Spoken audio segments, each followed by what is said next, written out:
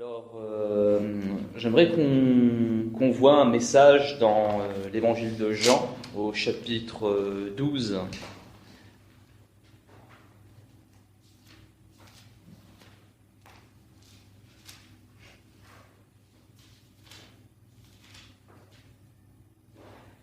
Et pourrais-je demander donc à Guillaume de lire verset 20 jusqu'au verset 27, puis ensuite Thomas, verset 28 jusqu'à 36, s'il vous plaît. Okay. Quelques Grecs du nombre de ceux qui étaient montés pour adorer pendant la fête s'adressèrent à Philippe de Bethsaïda en Galilée et lui dirent avec instance, « Seigneur, nous voudrions voir Jésus. » Philippe alla le dire à André, puis André et Philippe le dirent à Jésus. Jésus leur répondit, « L'heure est venue où le Fils de l'homme doit être glorifié. En vérité, je vous le dis, si le grain de blé qui est tombé en terre ne meurt, il reste seul. Mais s'il meurt, il porte beaucoup de fruits. Celui qui aime sa vie la perdra, et celui qui hait sa vie dans ce monde la conservera pour la vie éternelle. Si quelqu'un me sert, qu'il me suive. Et là où je suis, là aussi sera mon serviteur.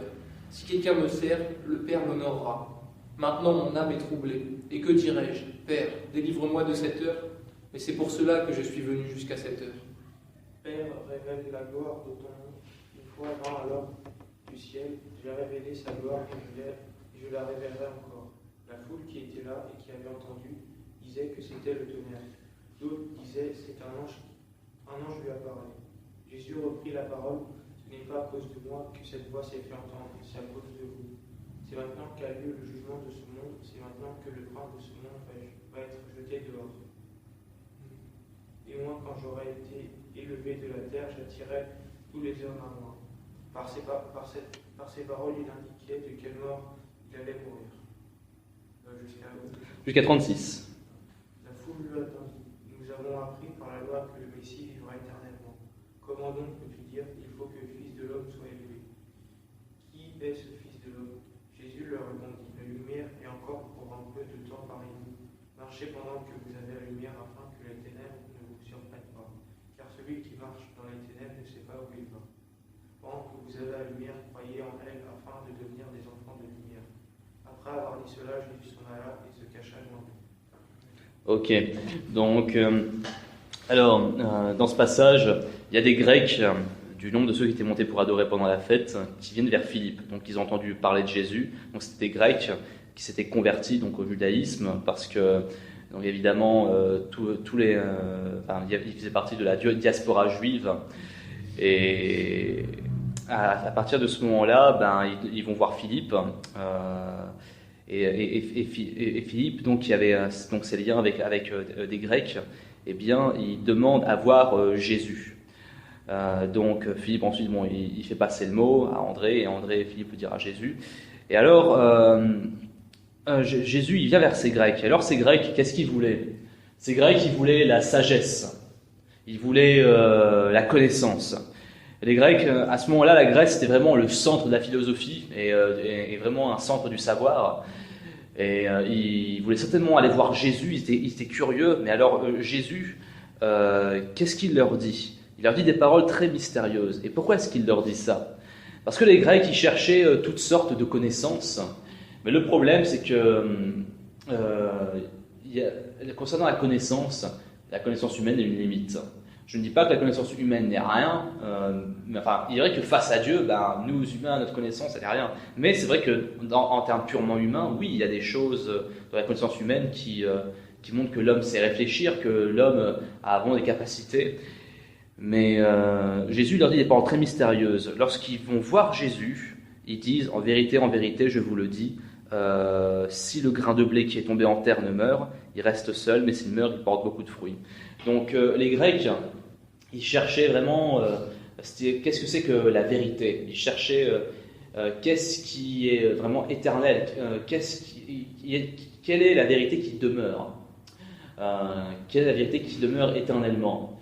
Et il y a beaucoup de philosophes qui ont cherché, et il y en a qui ont conclu qu'il n'y avait pas de vérité éternelle, qu'il n'y avait pas de vérité stable, et puis il y en a qui ont pensé qu'il n'y avait pas de vérité, toujours dans la même lignée, qu'il n'y avait pas de vérité changeante. Donc c'est un peu frustrant. La vérité, par définition, elle est unique. Il n'y a pas 50 vérités. Et Jésus a dit dans Jean 14, « Je suis la vérité, le chemin et la vie ». Donc Jésus, qu'est-ce qu'il dit à ces Grecs? Les Grecs, donc, ils sont remplis de connaissances, ils ont le cerveau dont les rouages font beaucoup de bruit.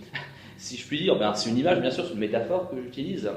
Ils ont beaucoup d'activités, mais je ne dis pas que c'est mauvais, au contraire, c'est même très bien. C'est vraiment fascinant que Dieu ait donné des capacités à l'homme pour qu'il fasse des inventions, pour qu'il fasse toutes sortes de créations. C'est quelque chose de très bien. Mais par contre, lorsqu'il s'agit d'arriver à Dieu, l'homme ne peut pas y arriver par son cerveau. Bien sûr que l'homme, de par ses facultés, peut néanmoins deviner qu'il y a un créateur. Dans Psaume 42, il est dit « Comme une biche soupire après les courants d'eau, mon âme soupire après toi, ô Dieu ». On peut voir dans notre âme ce cri qui cherche Dieu, ce cri qui cherche l'Éternel. Et lorsqu'on regarde le monde, comme dit Paul dans Romains chapitre 1, lorsqu'on regarde les créations de Dieu et ses perfections, et même les choses qui sont invisibles mais qu'on peut voir dans la nature, eh bien, on peut voir qu'il y a un créateur derrière. Mais même si notre raisonnement peut nous pousser à croire et à deviner qu'il y a un créateur, néanmoins, ce n'est pas par le raisonnement qu'on peut arriver à connaître Jésus face à face, à connaître Dieu qui il est, à le connaître personnellement. C'est comme par exemple, imaginez qu'il y a quelqu'un qui frappe à la porte, et alors parce que vous entendez toc-toc à la porte, vous devinez qu'il y a quelqu'un qui frappe, vous devinez qu'il y a quelqu'un derrière, mais tant que vous n'ouvrez pas la porte, vous ne savez pas qui c'est. Et de même, l'homme, il peut deviner donc qu'il y a un Dieu, un créateur, quand il regarde cette création, qu'il regarde à quel point la nature est harmonieuse et il y a des lois bien spécifiques, il voit que ce n'est pas le fruit du hasard, mais il ne peut pas le connaître pleinement tant qu'il n'ouvre pas son cœur.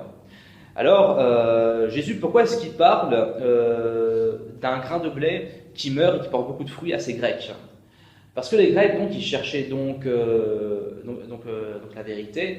Alors Jésus leur dit, voici la vérité. La vérité, c'est que si vous voulez vraiment avoir la vie éternelle, la vérité, c'est que si vous voulez vraiment connaître la vraie joie, eh bien, il faut d'abord mourir à soi-même, mourir à mon égoïsme, mourir à mon moi, à mon ego. Il dit, si le grain de blé qui est tombé en terre ne meurt, il reste seul, mais s'il meurt, il porte beaucoup de fruits. Qu'est-ce que c'est? Eh bien, c'est la croix. C'est le fait de porter la croix, de mourir à soi-même. Verset 33, c'est marqué, en parlant ainsi, il indiquait de quelle mort il devait mourir. Donc Jésus, il savait qu'il allait bientôt devoir souffrir la mort. Et donc, il dit donc que si le croyant, donc il ne pense qu'à lui-même, il reste une seule graine.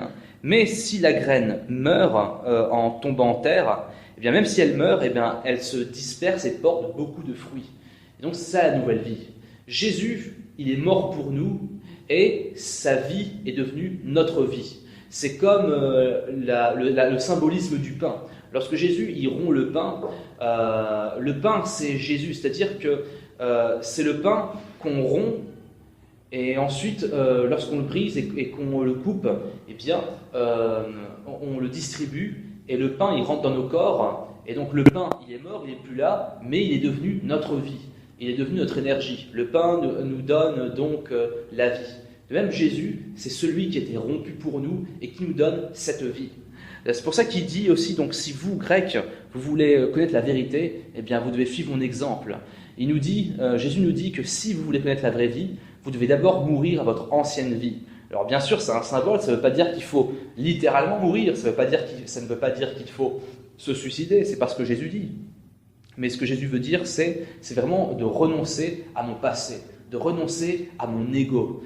Et Jésus dit aussi, celui qui aime sa vie la perdra, celui qui hait sa vie dans ce monde la conservera pour la vie éternelle. Qu'est-ce que ça veut dire ? Celui qui aime sa vie la perdra. Est-ce que ça veut dire qu'il faut vivre de manière dépressive? Ce n'est pas ce que Jésus veut dire. Il y a d'autres passages de la Bible qui nous disent « Soyez joyeux en tout temps, soyez joyeux dans le Seigneur ». Mais il faut bien comprendre le contexte, il faut bien aussi comprendre, il faut un peu lire entre les lignes quand même. Et ce que Jésus veut dire, c'est que celui qui aime sa vie dans le sens que celui qui accorde plus d'importance à sa vie dans le monde qu'à la vie spirituelle. Parce que le problème, c'est que les gens ne voient que le maintenant. Ils ne voient que la vie au jour le jour. Mais Jésus nous dit de ne pas rester focalisé sur la vie ici-bas, mais de préparer pour les choses éternelles. Et paradoxalement, lorsqu'on prépare pour les choses éternelles, c'est là qu'on a la vraie joie.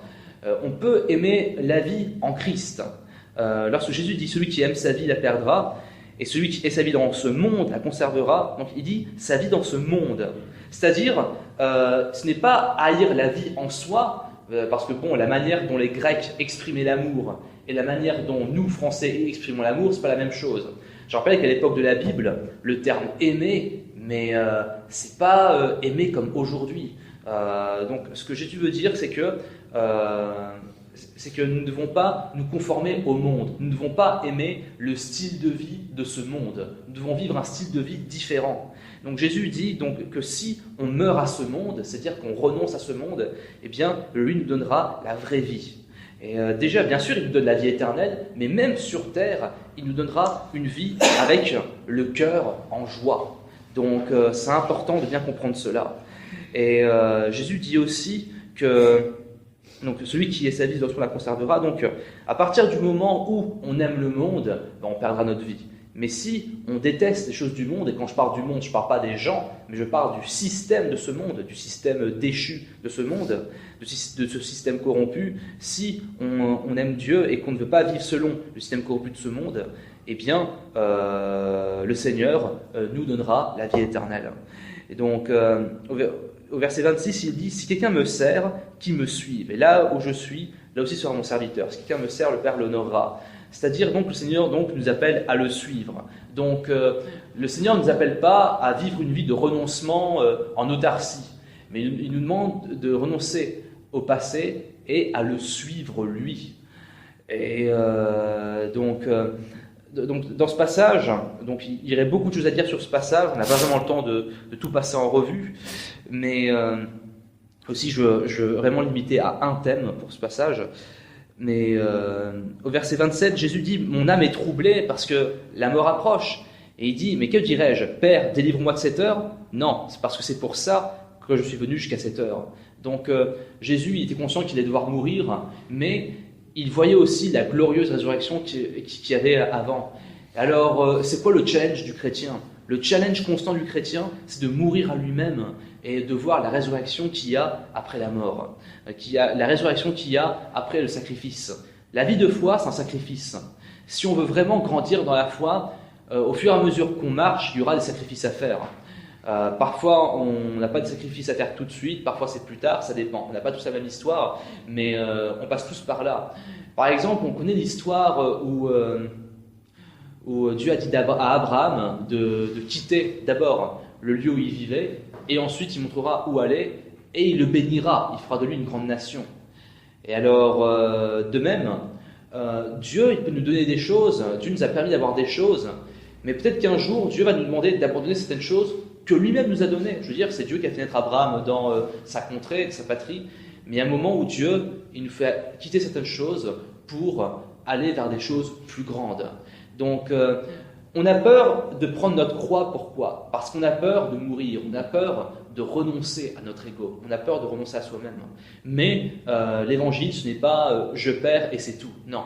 Dans l'évangile, je perds quelque chose pour gagner quelque chose de plus grand. Donc au final, on est plus que vainqueur. Mais contre quoi on se bat? On se bat contre nos doutes, on se bat contre notre manque de foi. C'est contre ça qu'on se bat. Mais si on arrive à surmonter nos doutes, eh bien, nous pourrons voir que le Seigneur, en fait, prend soin de nous. Et alors, donc Jésus, il dit, maintenant a lieu le jugement de ce monde, maintenant le prince de ce monde sera jeté dehors. Donc Jésus, lorsqu'il était sur le point de mourir, eh bien, en fait, c'était un grand jugement pour juger donc, le prince de ce monde, c'est-à-dire Satan. Et donc, il dit, quand j'aurai été élevé de la terre, j'attirerai tous les hommes à moi. Donc Jésus, au moment où il est mort, simplement que les démons, ils ont dû se réjouir, mais pas pour longtemps, parce qu'ensuite les démons, ils ont vu que Jésus, il était, il les a bien vaincus, il les a bien jugés, et ils se sont bien arrachés les cheveux lorsqu'ils ont vu que la mort de Jésus a été la rédemption pour quiconque croirait en lui, et ensuite Jésus est ressuscité. Et donc, il dit, quand j'aurai été élevé de la terre, j'attirerai tous les hommes à moi. Donc Jésus, il était élevé sur la croix, il a souffert, mais son sacrifice a attiré les hommes à lui. Et donc à partir du moment où on croit en lui, nous avons donc la vie éternelle. Et c'est pour ça que son sacrifice, c'était pas juste un simple sacrifice, mais c'est un sacrifice qui apportait des fruits. C'est une graine qui est morte pour ensuite faire naître beaucoup d'autres graines, beaucoup d'autres fruits. Et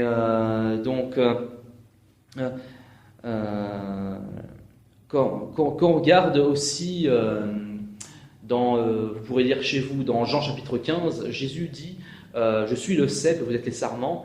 Et donc lorsqu'on grandit, lorsqu'un arbre grandit, lorsqu'un cep grandit, parfois on lui coupe certaines branches inutiles. Et au fur et à mesure de notre vie de foi, il y a certains points que Dieu développe, mais d'autres que Dieu coupe, pour qu'on soit complet. Parce qu'un arbre, il ne peut pas faire grandir 15 000 branches. Je veux dire, il y a certaines branches qu'il faut... un cep en tout cas, je ne connais pas tous les arbres, donc je n'ai pas prétention de connaître tous les arbres, mais le cep en tout cas, la vigne, il y a certaines branches qu'il faut couper pour porter davantage de fruits ailleurs. Et de même, dans nos vies, parfois, il y a des choses qu'il faudra couper pour porter davantage de fruits. Imaginez un étudiant donc, qui étudie pour avoir un diplôme. Eh bien, s'il veut avoir son diplôme et qu'il a plusieurs passions, eh bien, il y a certaines passions qu'il va devoir mettre de côté, au moins pendant un temps. C'est sûr que si, en plus de ses études, il aime la musique, le cinéma, les jeux vidéo, le théâtre, ceci, cela, le sport et compagnie, vu qu'il n'a pas assez de temps pour toutes les activités, il va devoir choisir. Sinon, il ne pourra pas, même que ce soit pour ses études ou ses loisirs, il ne pourra pas pleinement les développer. Si vous vous attaquez à plusieurs champs, mais que vous ne pouvez pas les développer, il faut voir, est-ce qu'il y en a un que je dois sacrifier pour mieux faire développer l'autre? Parce que pour faire développer une activité, il faut évidemment investir du temps là-dedans. Donc il faut vraiment se focaliser sur l'essentiel. Et Jésus aussi veut qu'on se focalise sur l'essentiel. Si on veut porter du fruit avec le Seigneur, nous devons vraiment nous focaliser sur ce qui est le plus important. Et bien sûr, on peut avoir des hobbies, on peut avoir des passions, mais nous devons faire en sorte que ces choses ne dépassent pas un certain cadre. La vie, c'est une question de dosage. Si jamais vous me donnez, si jamais vous me donnez, un pot de farine, du sucre, des fraises, et aussi des œufs, avec ça, je suis censé pouvoir vous faire une tarte à la fraise ou un gâteau aux fraises, mais je vais pas prendre je vais pas prendre la farine entière, le sucre, tous et toutes les fraises, et hop, ça va faire. Non, il va falloir que je touille, que je mette une certaine dose de farine, une certaine dose d'œufs, une certaine dose avec les fraises, tout ça. La vie, c'est une question de dosage. Et avec Christ aussi, c'est une question de bien savoir aussi gérer son emploi du temps. Et parfois, il y a des choses que Dieu va nous faire abandonner, alors que pourtant on les aime beaucoup, ces choses. Mais ce n'est pas que Dieu est un tortionnaire, mais c'est qu'il y a aussi une réalité à ce monde. C'est que si on veut vraiment faire un impact sur ce monde, on va devoir forcément abandonner certaines choses. Certaines choses peut-être pour toujours, d'autres peut-être pour juste temporairement. Par exemple, on a déjà étudié l'histoire d'Abraham et d'Isaac. Et Isaac, Dieu a dit à Abraham d'abandonner Isaac à lui. Et au départ, Abraham, certainement que ça devait être dur pour lui, mais il l'a fait. Alors qu'il était sur le point de sacrifier Isaac, eh bien, l'ange de Dieu est venu et a arrêté Abraham. Parce que ce que Dieu voulait, ce n'était pas tant Isaac. Isaac, il l'a épargné. Il l'a rendu à Abraham. Mais ce que Dieu voulait au final, c'était la foi d'Abraham. Et de même, dans nos vies, il y a des Isaac, des choses qu'on aime comme un fils chéri, comme un fils unique.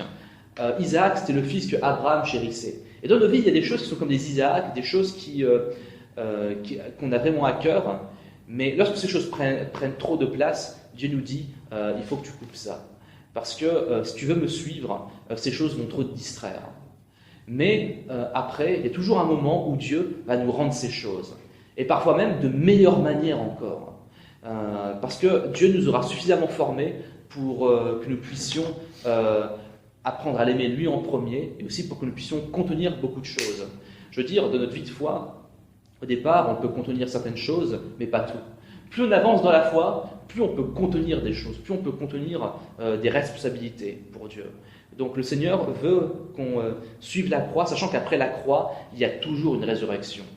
Dans Hébreux chapitre 11, il est écrit que lorsque Abraham a récupéré Isaac, c'était une forme de résurrection. Donc bien sûr, il n'est pas mort physiquement, il n'est pas non plus ressuscité physiquement, mais il y avait une préfiguration de la mort et de la résurrection. Et de même, dans notre vie de foi, il y a des moments où on va devoir faire des sacrifices. Et parfois ça fait mal de faire sacrifice. Ah, mais j'aime bien telle chose. Mais ensuite, Dieu nous le rend toujours au centuple. Dieu n'est pas un tortionnaire qui nous fait abandonner les choses purement simplement. Il nous rend toujours au centuple, que ce soit sur terre ou dans les cieux. Et pour l'avoir vécu, je peux le dire que oui, Dieu, il rend certaines choses. Il rend les choses. Lorsque c'est une chose qui est mauvaise pour nous, il la remplace par quelque chose de mieux. Mais en tout cas, Dieu nous aime et il nous donne toujours le meilleur. Et donc, vous savez, même les gens du monde, même les non-chrétiens, quand ils veulent faire réussir quelque chose, ils font des sacrifices. Et donc, bien sûr, avec Christ, c'est encore plus glorieux parce que ce sont des sacrifices qui vont faire un impact sur nos vies et sur ce monde. Donc, je nous souhaite de pouvoir être ce grain qui tombe en terre et qui porte beaucoup de fruits. Et je nous souhaite vraiment de ne pas avoir peur de la croix, mais vraiment de passer par la croix pour la résurrection. Plus vite on passe à la croix, plus vite on a la résurrection. Donc, je propose de prier là maintenant.